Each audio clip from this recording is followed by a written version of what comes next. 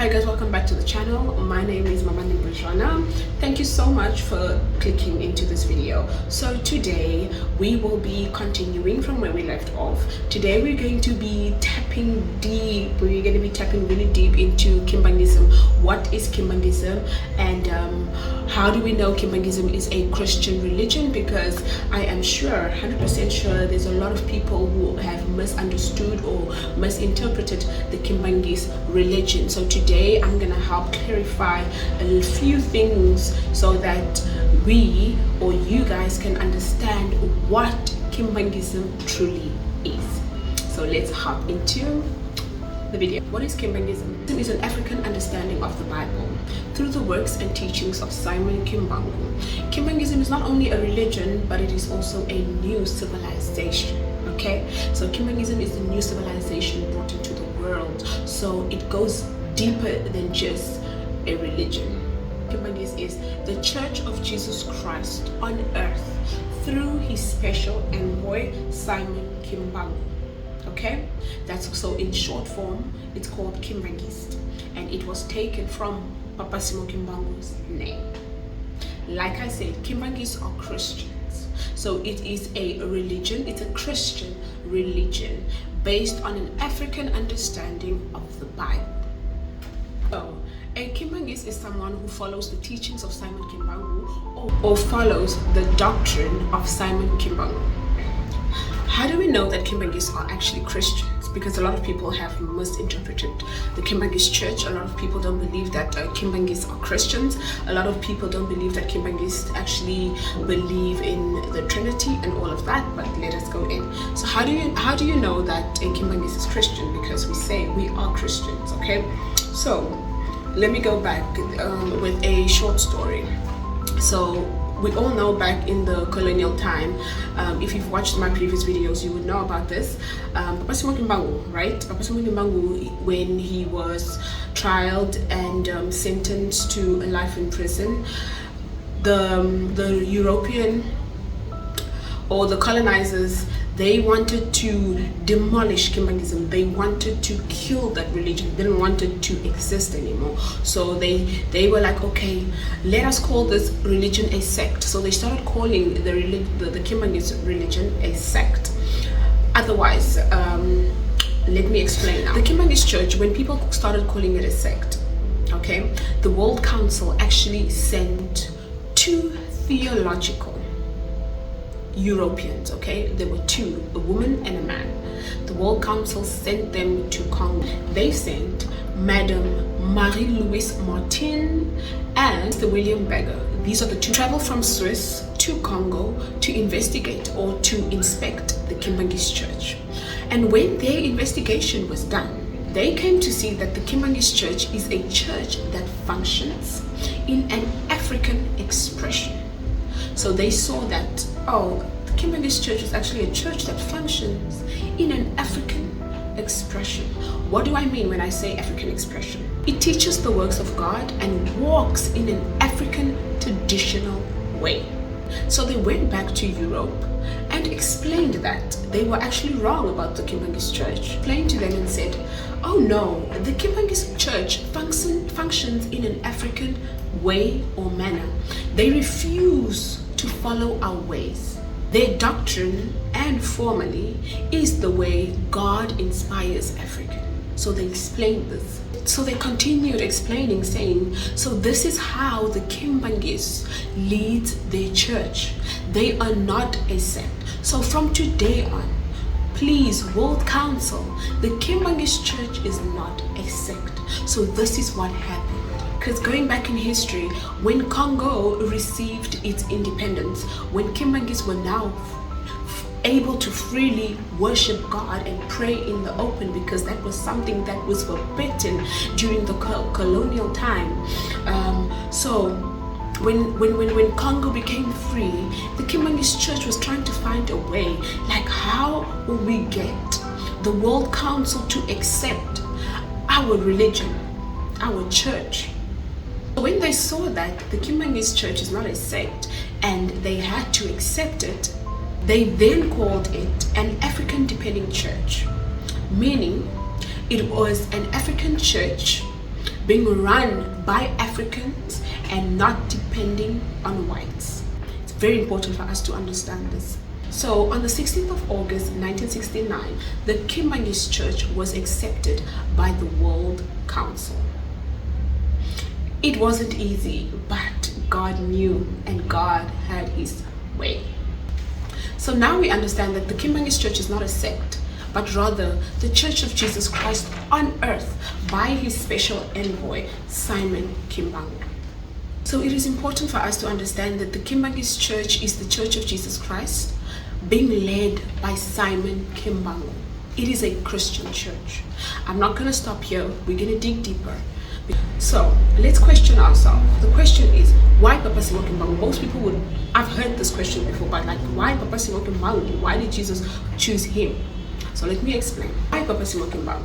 Okay, so let me tell you the reason. The reason is, when the missionaries came to Africa to evangelize and to do the work of God, they messed it up. Why did they ruin it? They ruined it because they rather, instead of preaching the word of God, they came with colonization, they came with dominization. And that was not what God wanted from them. God wanted them to go to Africa and preach the word of God, teach it. But they did the opposite. They went astray.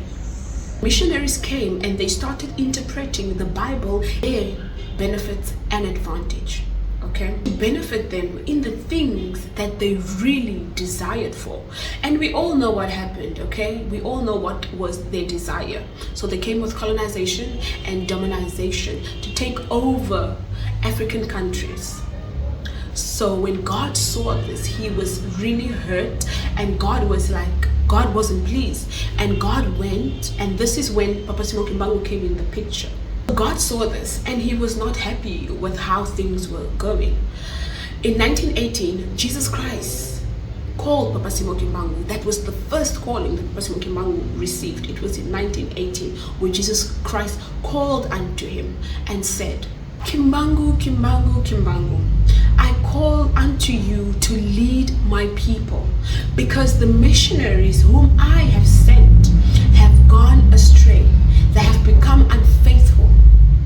So this is what happened, okay? For Papa Simon Kimbangu to become the envoy, this is what happened. Though there is much more things deeper astray. So I have chosen you, Kimbangu. You go and preach to my people. So this is how Papa Simon Kimbangu started his mission. When people saw Papa Simon Kimbangu starting his missionary, people denied him. If we've watched the previous videos, I have spoken about this. We know that the Baptist missionaries denied him, the Catholic clergy denied him, they chased him out, they chased him away. They said that, they told him, Papa Simon Kimbangu, go, we do not want Kimbanguist. Papa Simon Kimbangu's initial plan was not to start a church. He was chased out from the people who taught him the Bible, the people who brought it to him. They chased Papa Simon Kimbangu. Why did they chase him? This is now a very good question, and I really want us to follow so that we can understand where this is going, okay? So they saw that Papa Simon Kimbangu's family was different to theirs. They came with colonization and dominion. Papa Simon Kimbangu came with the opposite. Kimbangu's family was about liberation. For a person to be able to worship God freely and truthfully. The contradictions started there. The Protestants and the Catholic plotted to get rid of the Kimbanguist movement or church. And we all know how that goes.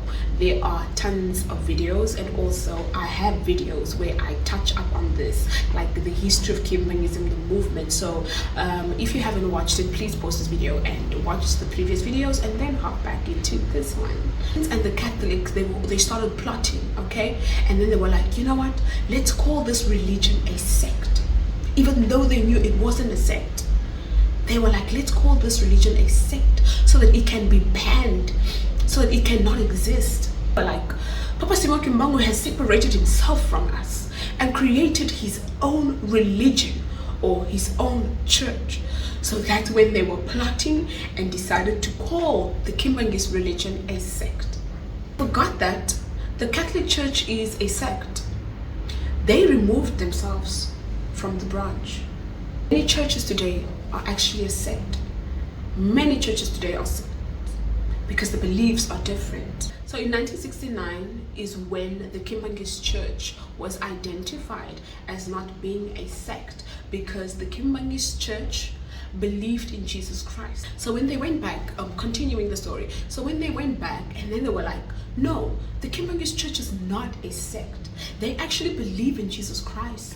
They believe in his coming. They believe in his death. They believe in the resurrection. They believe in his crucifixion. They believe in his second coming. And they also believe in the Holy Communion. So they saw all of these things in the Kimbanguist Church and they were like, no, we were actually wrong. The Kimbanguist Church does not like to copy what the white man does. Instead, we believe that the white man is not superior. God inspires black people too. God inspires us too. So this is what Kimbanguism is about. So Papa Simon Kimbangu came with the liberation message. Nothing else but liberation. Teaching the word of God and also liberation. In the Kimbanguist Church, we also have many hymns that glorifies Jesus Christ. Okay, that glorifies Jesus Christ, that speaks of Jesus Christ. So this automatically tells you that Kimbanguist, we are Christians. We do believe in Jesus Christ. Therefore, we are Christians. There is also a little misconception or confusion where that entered in the Kimbanguist Zodiac. Why do I say this? Because today I am trying my best to explain things, or to explain Kimbanguism or the Kimbanguist religion. So there's a little confusion that entered the Kimbanguist Zodiac. We do have people out there that come out as Kimbanguist when they are not Kimbanguist. Why do I say this? People like I don't know if it's a religion, but Congo, Bedeka, and then we also have Pevialongo. Who are these people? I'm gonna explain. They are not Kimbanguist, but they come out as Kimbanguist, or many people are confused, call them Kimbanguist. Why do I say that? I will explain. So, what makes them different from us? The reason why I say they're not Kimbanguist is because their doctrine is based on ancestral preaching and also traditional teaching. They believe in Papa Simon Kimbangu. They say they believe in Papa Simon Kimbangu. They call Papa Simon Kimbangu Mvuluzi, and then they call him Fumu Kimbangu, but then excludes Jesus Christ. They don't believe in Jesus Christ. So automatically, they are not Kimbanguist, because Kimbanguists believe in Jesus Christ. Them, they do not.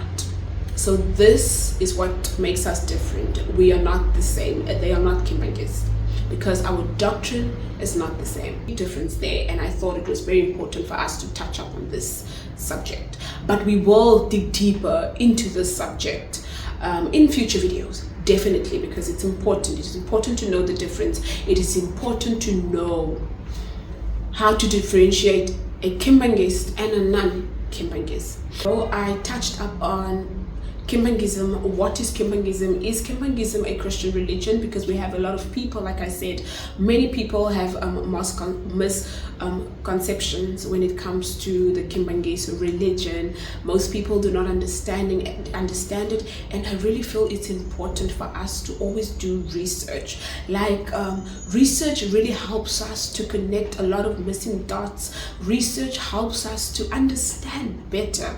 Okay, like I always have this thing, I don't judge, but before judging I do my research, and from my research then I can judge. But otherwise, I hope this video was informative. I hope there was clarity and understanding, and yeah, so we will see each other in the next video. Thank you so much for watching. Bye.